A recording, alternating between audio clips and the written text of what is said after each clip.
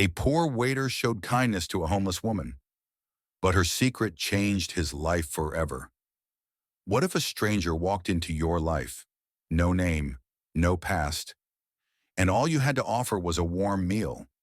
Would you reach out or turn away? Imagine you're David Young, a man who lost everything, now working the night shift at a quiet diner in Rainford City. One rainy night, a weary, silent woman walks in. No one notices her, except you. What would you do? Comment below if you believe one small act of kindness can change an entire life. Outside, the rain taps against the windows of Sunset Junction Cafe. Neon lights flicker, reflecting off the slick pavement. Inside, spoons clink against ceramic. Fresh coffee fills the air. And in one brief glance, everything begins. Hold on to your seat. This story will make you rethink how we see strangers and how we see ourselves. David Young once had a small corner of the world that bore his name, a cozy cafe where jazz music danced with the rich scent of espresso, and strangers became friends over a single cup of cappuccino. But those days were washed away by a brutal economic crash. Now he stood behind the counter at Sunset Junction Cafe, polishing mugs for someone else, in a place that didn't carry his name and held none of his dreams. Each morning, David showed up before his shift, not out of duty, but because the silence at dawn was the only place he still felt real. He stared through the fogged-up glass at the city, not searching for anything, but trying to remember what he'd left behind on his way back from rock bottom. One day, while checking the cafe's coffee stock, a letter was quietly slipped under the door. No return address, no explanation. Just an old, faded photo of a smiling man standing in front of a cafe sign that read, Hollow Bean Roastery, the very name David had once dreamed of for his own cafe. A name he'd never said out loud to anyone. Who could have known that? His heart tightened. The old regret that never really slept suddenly woke up, dragging along 1,000 silent questions. Who sent this photo? Why? And why now? Just as David had been thinking of quitting and leaving this city behind for good. The rush of emotion stirred something fragile, a flicker of hope, quickly shadowed by doubt. Was this someone's cruel joke? But just as he was about to toss the photo into the trash, his phone buzzed. An anonymous text appeared. If you still believe in kindness, meet me at Brass Alley at midnight. An old door might open to a new future. David's heart pounded. In all his years living among the cold, indifferent streets of this city, no one had ever said something like that to him. And he knew, whether it was a trap or a miracle, he had to go. Snow had just begun to fall as David stepped out of Sunset Junction Cafe after his night shift. The streets of Rainford City were quiet, as if the whole world had tucked itself away somewhere warm.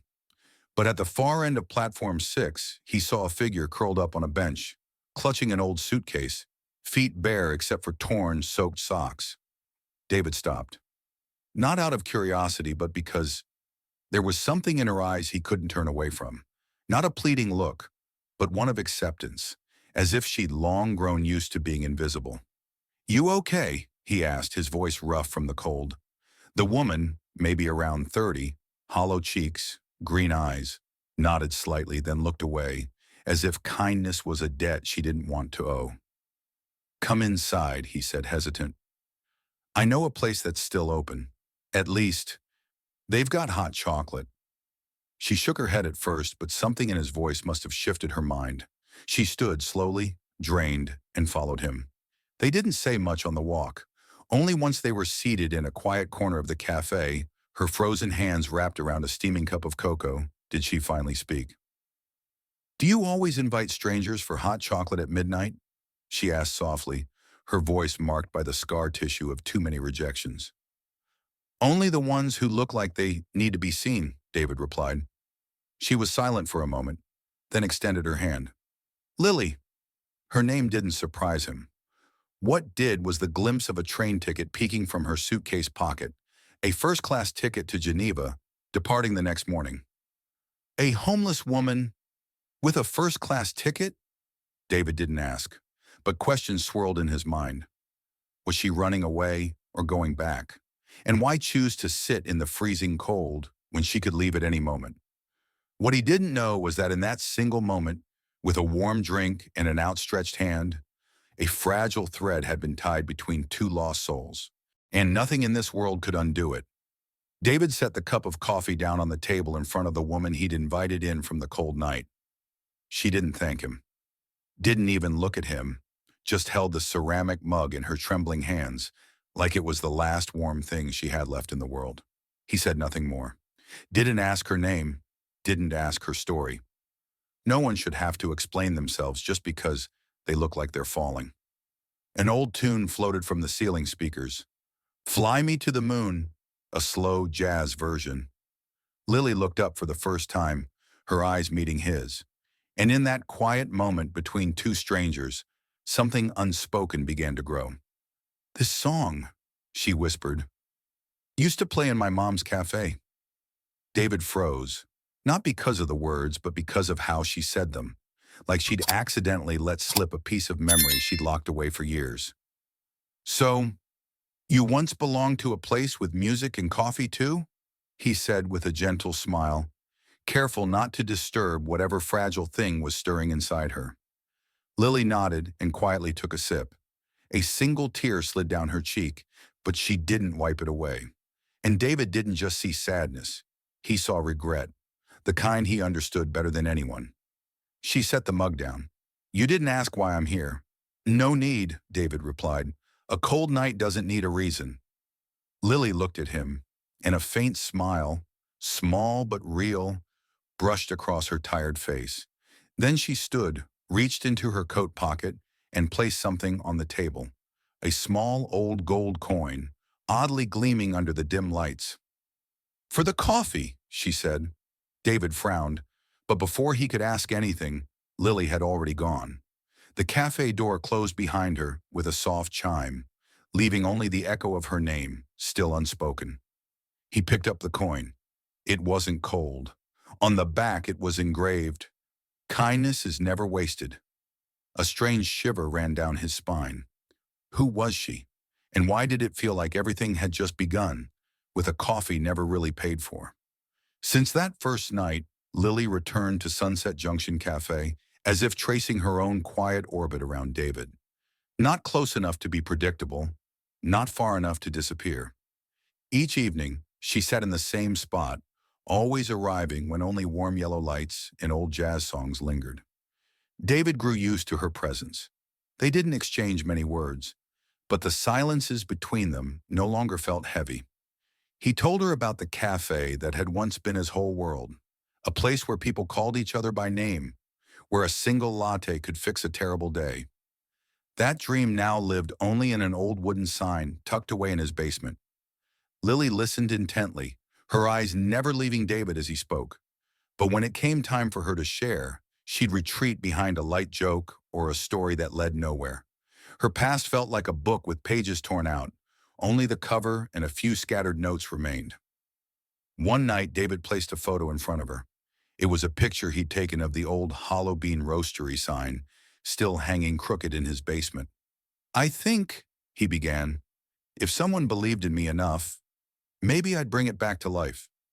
Lily stared at the photo for a long moment, then quietly asked, if you had the chance, would you really start over?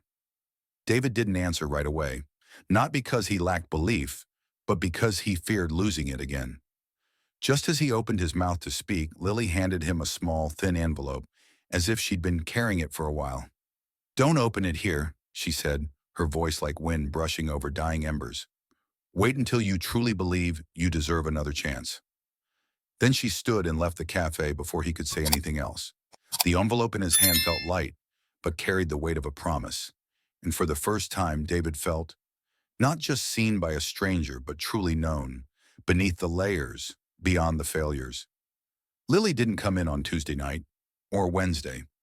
By Thursday, David found himself checking the clock more often, not to track closing time, but to wonder if he was hoping for something he shouldn't be. Then on Friday night, the bell above the door chimed. He looked up on instinct and froze.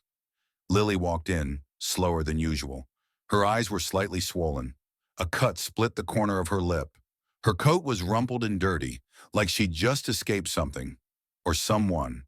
She didn't glance around, just walked straight to the counter and sat down, as if those missing 4 days had never happened, except for the way her hands trembled when they touched the warm cup of coffee. David said nothing, but his eyes asked the question she couldn't avoid. "I'm fine," she whispered, eyes downcast. "No," he said softly, like an exhale. "You're not." Silence. 1 minute. 2.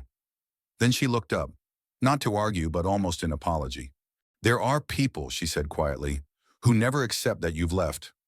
She didn't name anyone, but David understood, and his chest tightened, not because of the truth, but because she had chosen to come back. Lily slipped off her coat, revealing a long bruise along her arm. David said nothing.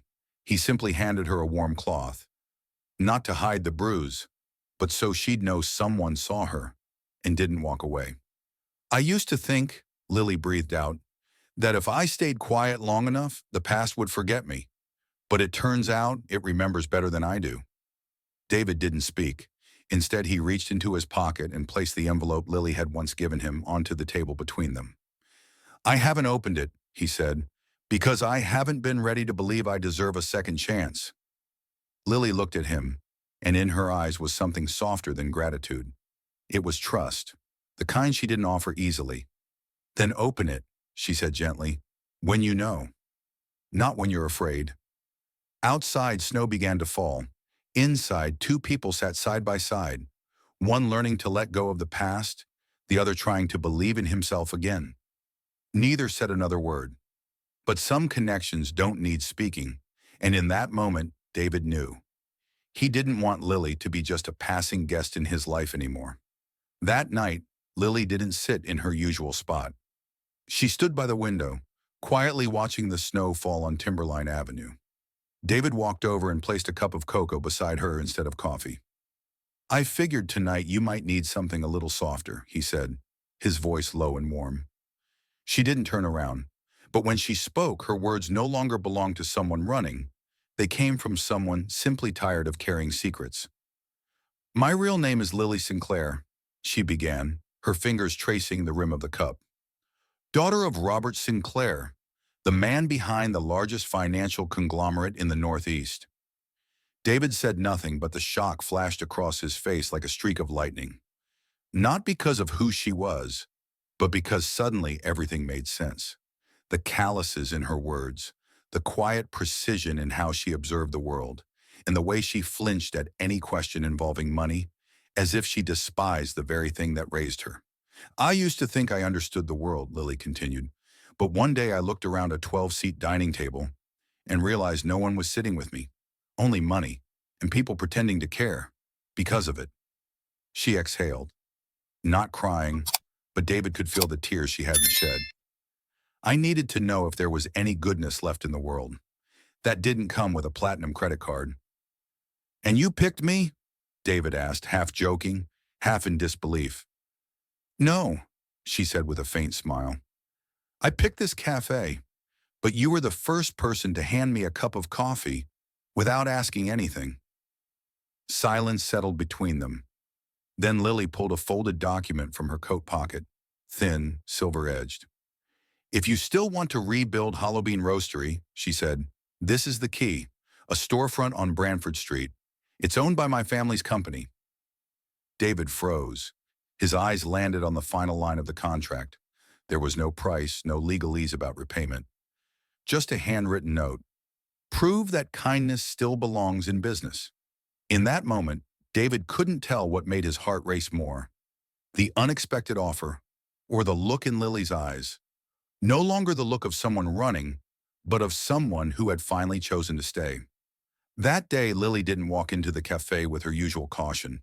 She pushed the door open like someone who knew exactly what she was bringing with her. And David felt it even before she spoke a word. "I have something for you," she said, placing a neatly bound folder on the counter. Inside wasn't a contract like he expected. It was a cafe design. Not some printed blueprint, but a hand-drawn sketch in pencil, smudged lines, folded corners. But every detail left David speechless.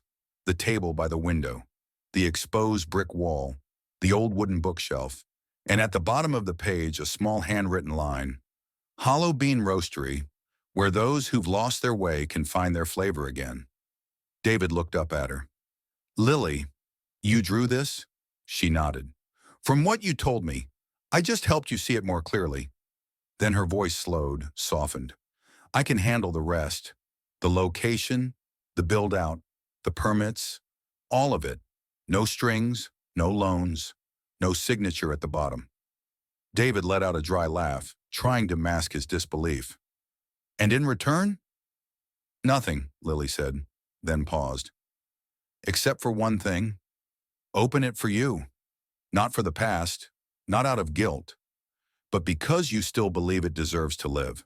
Silence settled for a few seconds. Then David exhaled. You know what the scariest part of starting over is? No, she said gently. It's not failing. It's knowing that if I succeed this time, I won't have any excuse left to blame but myself. Lily smiled. Then, don't fail. In that moment, every wall between them seemed to fall away. There was no space between a man who had once fallen and a woman who had once run. Just two people choosing to stay, together, in a dream reborn. Their story didn't begin with money, and it wouldn't end with logic. It began, and would continue, with unconditional trust, and a little coffee shop that hadn't opened its doors yet, but had already found its place in both their hearts. Hollow Bean Roastery wasn't just a coffee shop, it was a rebirth. David stood in the newly renovated space, natural light pouring through wide glass windows, casting warmth over reclaimed wooden tables and exposed brick walls. Every detail had been chosen together by him and Lily. Every chair, every frame on the wall. Nothing was accidental. But what made David's heart beat faster wasn't the decor. It was the way people came through the door and stayed. On the very first morning, a well-dressed middle-aged man sat for hours with a single espresso, his eyes heavy with something unsaid. That afternoon, a college senior broke down in tears when she heard an old jazz tune playing, the same one her mother used to listen to every night. And that evening, a little boy clutching a worn book from the free reading shelf smiled so brightly, it was as if no one had ever welcomed him anywhere before. David watched it all and knew. He wasn't just brewing coffee, he was giving a piece of humanity back to the city. Lily quietly watched from behind the counter. She never asked for credit, never once mentioned the Sinclair name, but at the end of each day, when David locked the door and they sat together in the stillness, she'd whisper, "See? There is still room for good things." A week later, they hosted an open heart night, an evening where anyone could stand up and share a moment that once left them feeling lost. An elderly woman in a wheelchair told how she almost took her life at the train station just 3 blocks away. A student admitted he'd lived the past 2 years without anyone knowing his real name. And then, a man in a gray suit stepped onto the small stage. David didn't recognize him, but Lily froze. "I'm sorry," the man said. "I'm her father. And this is the first time I've ever walked into a place that wasn't mine, to try and understand why my daughter chose this over coming home." Silence, tense as a wire. Then Lily stepped out from behind the counter. She didn't say a word. She just hugged her father, for the first time in years. And in that moment, David realized, this cafe wasn't just healing one person, it was healing a family. Their love didn't bloom like fireworks. It grew like a small flame on a cold night, patient, steady, quietly burning through days spent facing what no one else could truly understand. David realized it one rainy evening. The cafe had closed, but Lily stayed behind, sitting on the back steps, holding a mug of peppermint tea, her eyes fixed on the shadows behind Rainford City. "Are you ever afraid?" she asked, not looking at him. "Afraid of what?" David replied, sitting beside her, close enough to hear his own heartbeat, far enough not to make her feel crowded. "Afraid that one day it'll all fall apart again." David was quiet for a while, then said, "I am. But I'm more afraid of never trying again." Lily smiled, not brightly, not guarded, a real smile, rare and fragile. A few days later, they were cleaning out the back storage room together. Amid old cardboard boxes, David found a small wooden chest, locked tight. Etched into it were the words, "If you ever forget why you left, open this." He looked at Lily, and something in her eyes shifted, as if the past had rushed back all at once. She didn't explain, but that night she took the box with her and left earlier than usual. David didn't ask. 2 days later, Lily returned, not with the box, but with a faded sheet of music in her hands titled Home Without Walls. "My mom wrote this for my dad," she said, "before everything fell apart. I kept it to remind myself that love only lasts when there's room for the truth." She paused, her eyes on David. "I never thought I'd trust someone enough to share this." David didn't say a word. He simply walked over, turned on the record player, and placed the music inside. The melody filled the room, slow, nostalgic, aching and warm all at once. In that moment, there was no need for a confession, only Lily resting her head on David's shoulder, and him staying perfectly still, as if he'd been waiting for that simple lean his entire life. No roses, no fireworks, just someone willing to sit with you when the rain starts to fall. On the final morning of winter, soft sunlight poured through the tall windows of Hollow Bean Roastery, stretching across worn wooden chairs, faded pages of old books, and the familiar faces beginning their day. David polished a white ceramic mug, the same old motion, but this time it felt different. He wasn't doing it to pass the time. He was doing it because he knew someone would soon pick it up, call their drink by name, and end up staying longer than they meant to. The cafe had become a refuge for people who once thought they had nowhere else to belong. By the window, Lily was speaking with a young woman carrying two small children. She set down a slice of apple pie and 2 cartons of milk in front of them, along with a smile that asked for nothing in return. The woman hesitated, her voice trembling. I didn't bring any money today." "You brought your story," Lily replied. "That's enough." In that moment, David understood. This cafe was never really about coffee. That afternoon, a reporter from the local magazine stopped by, not because of scale or fame, but because of a rumor. There's a place in the heart of Rainford City where lost people find their way again, with just a cup of coffee and someone willing to listen. "Do you think you've succeeded?" she asked David. He glanced around the room, a man editing a job application in the corner, 2 students studying near a power outlet, and Lily, scribbling something into her worn leather notebook. David smiled. "I think we never define success by money." The reporter nodded, then leaned in slightly. "What surprised you the most?" David paused for a long moment, then said, "That second chances aren't something you're given. They're something you have to be brave enough to take." Before leaving, the reporter noticed a sign hanging near the counter, handwritten in brown ink. "Everyone carries a song that's never been played. Hollow Bean Roastery is where you can start writing the first note." And for those who had once lost their way, this place wasn't just a coffee shop, it was a reminder. You can always begin again. When David locked up Hollow Bean Roastery on the final night of the year, he didn't notice the small slip of paper wedged beneath the door. Lily picked it up and unfolded it, just one hastily written line. "Because of a cup of coffee here, I didn't give up." No name, no signature. But it was enough to leave them both standing in silence. David turned to Lily, a light in his eyes he hadn't carried in years. Not the light of someone who'd been saved, but of someone who had become a place where others could be saved. "I used to think, after losing everything once, I'd never dare to dream again," David said quietly. "And now?" Lily asked. "Now I think, if you're not dreaming, what are you really living for?" They didn't need more words. The way their hands found each other said it all, binding together a journey from brokenness to beginning again, from private pain to a place shared by many. And what about you?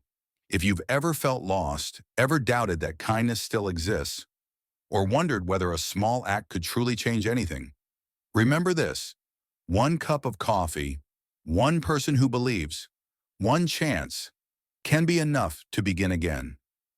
Let us know in the comments, have you ever believed in a second chance? What do you think makes someone deserve a new beginning? And if this story touched you, don't forget to hit subscribe so you won't miss the next heartwarming journey. Because sometimes all we really need is a place to belong. Some lessons don't come from classrooms. They come from the very moments when we think we've lost everything. The story of David and Lily is proof that even when the world turns its back on you, there's always a quiet second chance waiting if you dare to believe, to open your heart, and to begin again. David was once someone who had lost all faith.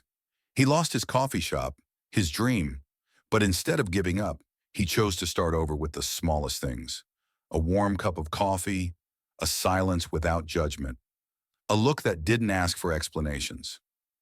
And then the miracle came, not from grand gestures, but from kindness offered without expectation. Lily, who appeared to be homeless, turned out to be the one who brought the biggest turning point in his life. But what truly mattered wasn't the identity she kept hidden. It was her courage to return, to give, and to believe that kindness still meant something. They didn't come together because they were perfect, but because each of them saw in the other something they'd forgotten in themselves: the value of patience, compassion, and a second chance. And the greatest lessons from their story: never judge someone by appearances. Never underestimate the power of a small act of kindness. And never believe that dreams only happen once in a lifetime. Because sometimes a second chance doesn't come from luck. It comes from your own choice not to give up. Are you still holding on to a dream you left behind? Maybe. Today is the day you begin again.